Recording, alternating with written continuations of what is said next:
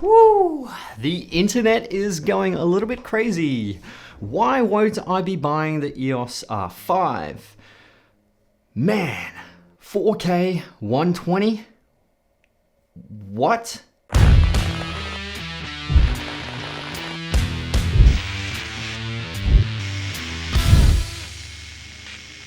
What's going on, guys? Yes, this video is another one about the EOS R5. Well, pretty much because it is getting the industry extremely excited. The internet's going crazy with these absolutely insane specs.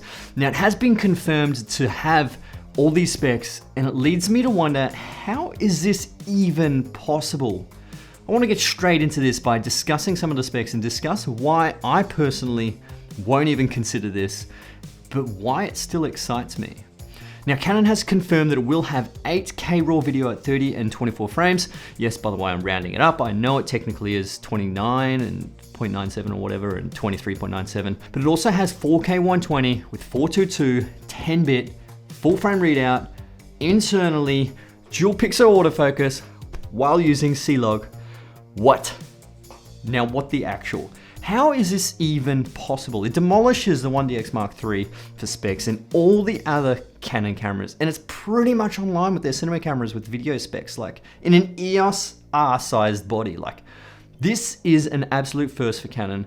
How is this even possible? How are they even dealing with the heating issues? With such a small body, you would find this really difficult. Like, how long can it record the 8K and 4K 124? Is it, what, only 1 minute for 8K and 5 minutes for 4K 120? Would you actually consider buying this? Like, stop right there. Would you actually consider buying this? Like, drop the comment below. Have you taken measures to sell your current gear, and have you got money right there and then to pre-order this bad boy? Like, I know a lot of people are like, I'm gonna switch over to Canon from Sony or Panasonic, whatever. Are you actually going to do it because of this camera? Comment below, I'd really like to know. But what do you guys think of these specs? Now, what I just want you guys to consider is the price. You know, I know this thing is going to be something like 5,000 or 6,000 US, which is going to be like 7 to 7,500 Australian dollars. That's extremely expensive, in my opinion. For what you get, that's extremely cheap. But for what I do and what most people need it for, you do not need a camera that good with those specs. But you just really need to invest in, obviously, your CF Express cards to handle the huge file sizes. You would need to, I suppose, invest in more external hard drives to store all this. You'd need great Canon glass. I know a lot of Canon users also have Canon glass, but I'm a Sony shooter. I have zero Canon glass, so I would need to invest in all this. So nope, not doing it. I guarantee you I am not doing it. But why does this excite me? Like, really?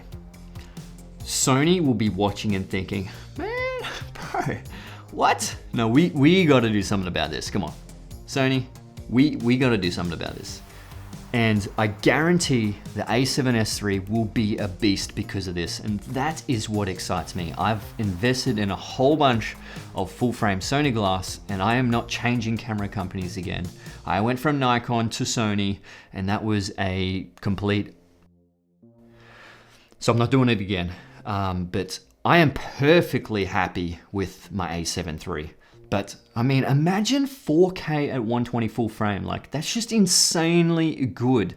If Sony had to do that, they would have to rival the FX9, which is a massive sort of doco, sort of cinema style body in an alpha body.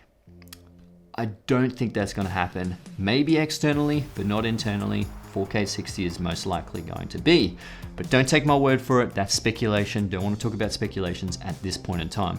But you would never consider Sony would do that to cannibalize their cinema cameras. But one thing is for sure, the A7S III will be much better than current Sonys have in their alpha lineups. Just like I said, using the A7 III for the past couple of years has really allowed me to push the limits, and I definitely can see the benefit though of having 422 10-bit. 8-bit is getting a little bit difficult when you are color grading, especially if you are grading S-Log. S-Log really sucks on the Sonys because you don't have that 10-bit codec. You don't really have enough color information to sort of grade it that great. I use Hybrid Log Gamma anyway, HLG. HLG is fantastic, great dynamic range. It's just flat enough. The highlights are good. It sort of rolls off quite nice. I like HLG. Check it out if you don't actually know what HLG is. But I am absolutely content with my A7 III. I mean, I would really like 4K at 60. That would be great. Have slow motion in 4K. At the moment, I've just been using 1080 and scaling it up to a 4K timeline. That's perfectly fine as well. It still looks just as good. But even if you are invested in Canon, like with your EOS R, that camera is still good enough. Nothing is stopping you from making insanely good content. But you just really need to ask yourself, do I really need the R5? Or is it just, am I honestly buying this camera because it's just a top spec camera? Let's talk about 8K now. The only reason I can think of having an 8K is having the ability to punch in at any situation.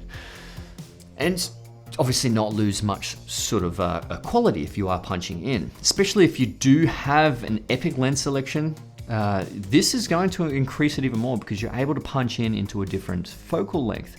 I mean, depth of field might be a little bit different because you're not pushing in closer to the subject, but it would still be very useful. And I can completely understand 4K 120. I mean, that is a fantastic thing to have in a camera that big. 1080, you can notice the difference between 1080 and 4K in the Sony cameras. But if it is 4K at 120, wow, oh wow, especially with the C-Log, and you've got dual pixel autofocus as well. Man, this is insane. But how?